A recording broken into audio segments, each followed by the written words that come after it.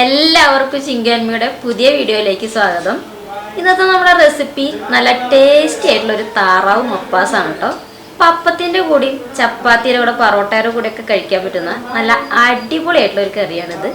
മാത്രമല്ല നമ്മൾ വളരെ കുറച്ച് നാളികേരപ്പാലിലാണ് ഇത് തയ്യാറാക്കിയെടുത്തുള്ളത്. അപ്പോൾ ചിലപ്പോൾ സൺഡേ ഒക്കെ ആയി കഴിഞ്ഞാൽ നമുക്ക് അറിയാം നന്നായിരിക്കും എന്തെങ്കിലും സ്പെഷ്യൽ വാങ്ങാം. അപ്പോൾ നമുക്ക് നാളികേരമൊക്കെ ചെരുകാനായിട്ട് ഭയങ്കര മടിയുണ്ടായിരിക്കും. അപ്പോൾ അങ്ങനെയൊക്കെയുള്ള ദിവസങ്ങളിൽ വളരെ കുറച്ച് നാളികേരപ്പാൽ എന്തെങ്കിലും സ്പെഷ്യലായിട്ട് തയ്യാറാക്കാൻ പറ്റുന്ന വളരെ ഈസി ആയിട്ടുള്ള ഒരു റെസിപ്പിയാണിത്. അപ്പോൾ ഇത് എങ്ങനെ തയ്യാറാക്കിയെടുക്കാമെന്ന് നമുക്ക് നോക്കാം. മാത്രമല്ല നമ്മുടെ ചാനൽ നിങ്ങൾ ആദ്യമായിട്ടാണ് കാണുന്നതെങ്കിൽ ഒന്ന് ലൈക്ക് ചെയ്യാനും സപ്പോർട്ട് ചെയ്യാനും മറക്കരുത്. അപ്പോൾ നമുക്ക് വീഡിയോയിലേക്ക് കിടക്കാം. ഓക്കെ. അപ്പോൾ ഈ കറി നമ്മൾ ഒരു 3/4 കിലോ താറാവിലാണ് കേട്ടോ തയ്യാറാക്കിയെടുത്തുള്ളത്. അപ്പോൾ അതേ താറാവൊക്കെ നല്ല രീതിയിൽ തന്നെ കഴുകി ക്ലീൻ ആക്കി എടുത്തിട്ടുണ്ട്. ഇനി ഇതിനെ നമുക്ക് കുക്കറിലൊന്ന് വേവിച്ചെടുക്കാം. സാധാരണ ചിക്കനേക്കാളും താറാവിന് വേവ് കൂടുതലായിരിക്കും കേട്ടോ. അതുകൊണ്ടാണ് കുക്കറിൽ വേവിച്ചെടുക്കുന്നത്. പിന്നെ ഇതിലേക്ക് കുറച്ച് ചെറുള്ളിയും വെളുത്തുള്ളിയും ഒരു പച്ചമുളകും കുറച്ച് ഇഞ്ചി ചതച്ചത് ഇട്ട് കൊടുക്കാം. പിന്നെ കുറച്ച് കറിവേപ്പില ആഡ് ചെയ്ത് കൊടുക്കുന്നുണ്ട്.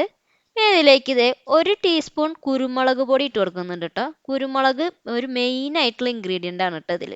പിന്നെ ഇതിലേക്ക് 1/4 ടീസ്പൂൺ മഞ്ഞൾപ്പൊടിയും കുറച്ച് ഉപ്പ്, അതായത് ആവശ്യത്തിനുള്ള ഉപ്പ് ഇട്ട് കൊടുക്കാം. പിന്നെ കുറച്ച് പച്ച വെളിച്ചെണ്ണ ഇതിലേക്ക് ഒന്ന് ആഡ് ചെയ്ത് കൊടുത്തിട്ട് നന്നായിട്ടൊന്ന് തിരുമ്മിയെടുക്കണം കേട്ടോ. എന്നിട്ട് നമ്മൾ തിരുമ്മിയിട്ട് ഇതിനൊന്ന് കുറച്ച് നേരം ഒന്ന് റെസ്റ്റ് ചെയ്യാനായിട്ട് വെക്കുന്നുണ്ട്. അതിന് ശേഷമാണ് നമ്മൾ ഇതിലേക്ക് കുറച്ച് ആവശ്യത്തിനുള്ള വെള്ളം കൂടി ആഡ് ചെയ്തിട്ട് ഒന്ന് അടച്ച് വെച്ച് വേവിച്ചെടുക്കാം. അപ്പം ഞാനിവിടെ ഒരു 8 വിസിൽ ഇത് വേവാനായിട്ട് വെച്ചിട്ടുണ്ട് കേട്ടോ. അപ്പോൾ 8 വിസിലിന് ശേഷമാണ് നമ്മളത് തുറന്ന് നോക്കുന്നത്. ഇനി ഇതിലേക്ക് കുറച്ച് കശുവണ്ടിയുടെ ആവശ്യമുണ്ട്. അപ്പോൾ നമ്മളിതേ കുറച്ച് കാഷ്യൂനട്ട് ഇതേപോലെ കുറച്ച് വെള്ളത്തിലൊന്ന് കുതിർത്ത് വെക്കുകയാണ് ചെയ്യുന്നത്. അപ്പോൾ ഒരു അരമണിക്കൂർ ഒന്ന് കുതിർത്തതിന് ശേഷം നന്നായിട്ടൊന്ന് ഫൈനായിട്ട് അരച്ചെടുക്കാം. അപ്പോൾ അതുപോലെ തന്നെ അതേ കുറച്ച് നാളികേരം, ഇതൊരു 1/2 കപ്പ് നാളികേരം ഉണ്ട്. അപ്പം അതിൻ്റെ പാലൊന്ന് നമുക്ക് 1/4 പാലൊന്ന് തയ്യാറാക്കിയെടുക്കണം. ഇനി ഒരു സവോള ഇതേപോലെ നൈസായിട്ടൊന്ന് അരിഞ്ഞെടുക്കാം.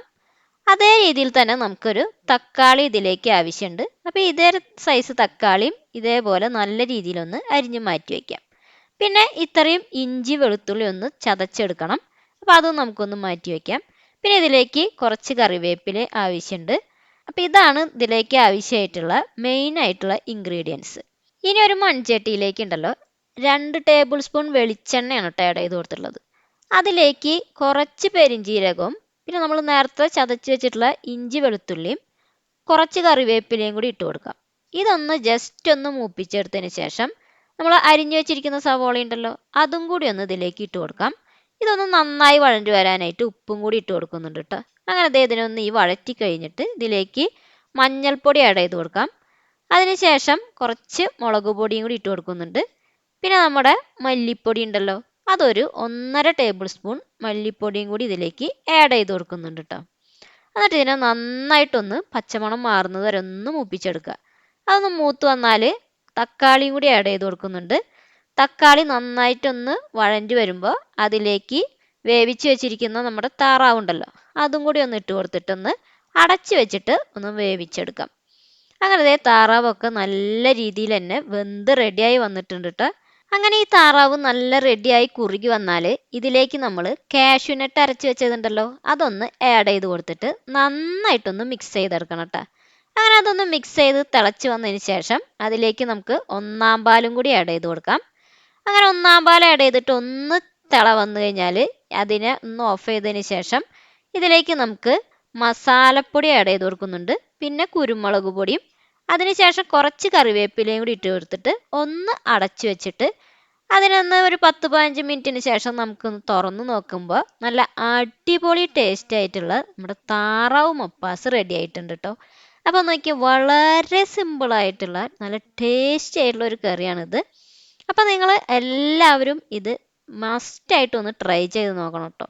അത്രയും ടേസ്റ്റി ആയിട്ടുള്ളൊരു റെസിപ്പിയാണ്. അപ്പോൾ ഞാൻ നേരത്തെ പറഞ്ഞതുപോലെ തന്നെ അപ്പത്തിൻ്റെ കൂടെയും ചപ്പാത്തിയുടെ കൂടെയും ഇനി വേണമെങ്കിൽ പൊറോട്ടയൊക്കെ വാങ്ങുന്ന സമയത്താണ് ഉണ്ടാക്കുന്നതെങ്കിൽ അതിൻ്റെ കൂടെയൊക്കെ കഴിക്കാൻ പറ്റുന്ന നല്ല ടേസ്റ്റി ആയിട്ടുള്ളൊരു റെസിപ്പി തന്നെയാണിത്.